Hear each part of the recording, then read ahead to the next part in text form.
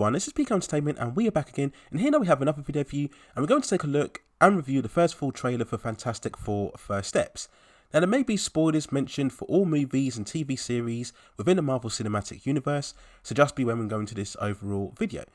So for anybody watching, they are probably aware, but just in case there's anyone who isn't, Fantastic Four First Steps is overall the fourth full cinematic adaptation of what was really the first Marvel comic superhero team that was created by Stan Lee and Jack Kirby. Most notably, this will be the first MCU iteration of the characters after the rights were acquired back from Fox many years ago. The other major significance here is that this will be the first entry in Phase 6 of the MCU and will be one of the first building blocks going into the two Avengers films titled Doomsday and Secret Wars, which are due for release in a couple of years' time. Now we all know the original tale of the Fantastic Four, with four scientists named Reed Richards, Ben Grimm, Sue Storm and Johnny Storm going on a space mission, being exposed to cosmic rays, which in turn gives them superpowers.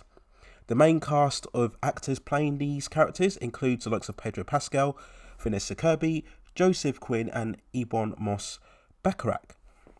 This will overall be the third MCU movie in 2025 after Captain America Brave New World and Thunderbolts, and it is due for release on July 25th, 2025. So despite being footage already released on the recent D23 event in Brazil about 5 months ago or so, we finally got the full trailer that dropped for everybody to view, which was on Tuesday the 4th of February 2025. And having seen a trailer now a couple of times, I do have to say that overall I quite liked it. It wasn't mind-blowing, there weren't any really great reveals, it wasn't truly spectacular, but we have to be fair here that this was only a teaser, and a teaser really shouldn't be anything that's too revealing. It should just give you a hint of the type of tone and direction that they're going for, and I think overall this trailer did that. And it also did the right thing, I believe, by focusing squarely on the heroes. Overall, it has that shiny, bright, optimistic tone and feel that you absolutely should have for the Fantastic Four. And as with previous footage, I'm still very curious about this whole retro-futuristic feel and aesthetic.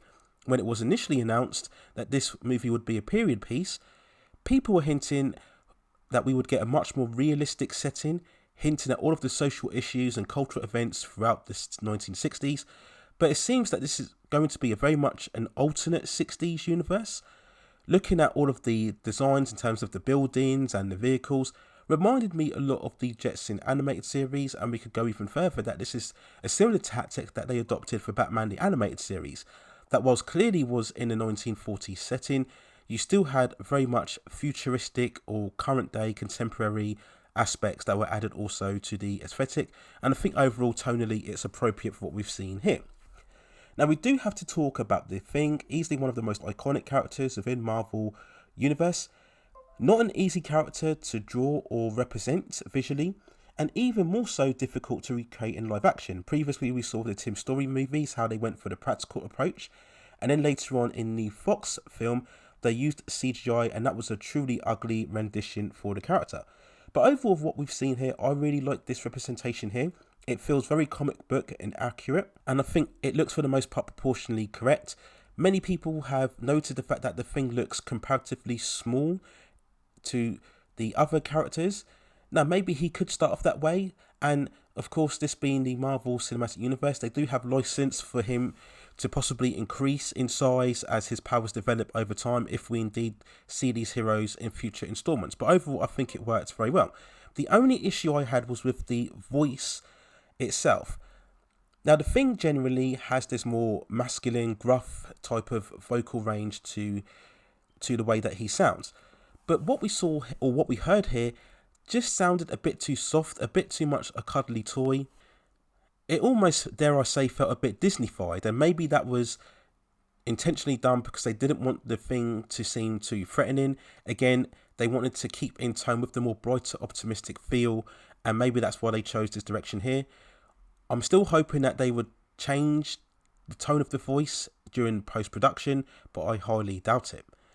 And all of the other cast of actors look absolutely fine in their roles. Of course, we will get to judge their performances when we see the film. I would say I'm not perhaps as convinced, or perhaps didn't feel that there was a stronger impression enough from Ben Grimm or indeed Johnny Storm. We then talk of Vanessa Kirby, and she's absolutely stunningly sexy. She's a high quality actress, and I've been a major fan of hers, and I want her to become a prolific leading star, and she's certainly on the rise after recently starring in the likes of Mission Impossible Dead Reckoning. But I've always said from day one when she was cast in the role of Sue Storm that I feel that she's almost too statuesque, almost too much of a supermodel for the Sue Storm character, who I always feel should be a bit more smaller in height and stature, have much more of that sweetheart type of personality. Now, I understand that they want this iteration to be formidable and commanding, which Vanessa Kirby absolutely will be. I do suspect that she will indeed be the true leader of the team, which has its own potential ramifications. But she almost has this Amazonian-like stature about her that's very easy on the eye, obviously. But maybe it's too overpowering for a Sue Storm iteration. If you go by the comic books, you will see also that Sue Storm generally has that more shorter type of hairstyle, which probably wouldn't work on Vanessa, and she has the much more longer hair, again, giving almost that typical Wonder Woman type of feel about her. But no doubt about it, I'm sure that she'll produce a high quality performance. And when we speak of overpowering, we then have to talk about the backshot that we see at the later stages of the trailer showing us Galactus when he's overlooking the city. And yes, it's finally good to see that we will be getting a much more comic book accurate version of the character after the disastrous Fox iteration from the Tim Story movies where he was just this giant cloud. But to be honest, we would expect this at this stage of entertainment culture, where we've seen a whole host of villains that previously would have been deemed too outlandish to present on the big screen.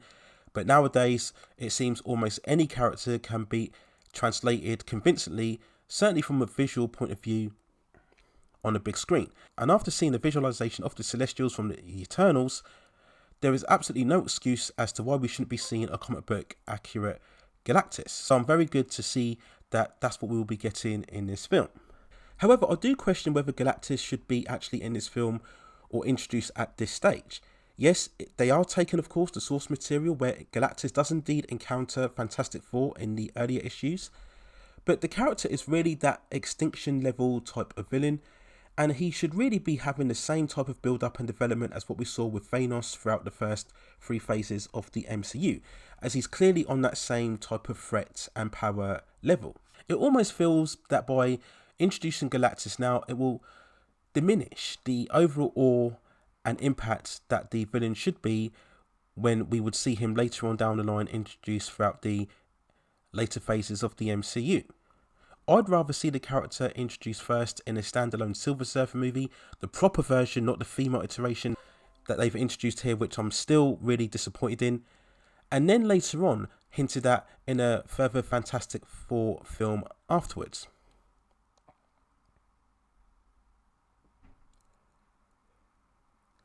Three, two, one.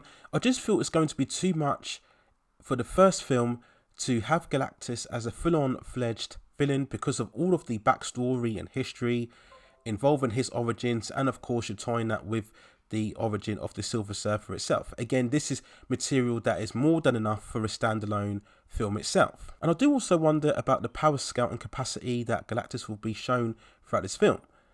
Will he actually destroy the reality or the alternate world that we see here, and that the team will have to make a last minute escape, or will they end up getting transported into the current MCU timeline and then Galactus will return later on to become even more a powerful threat?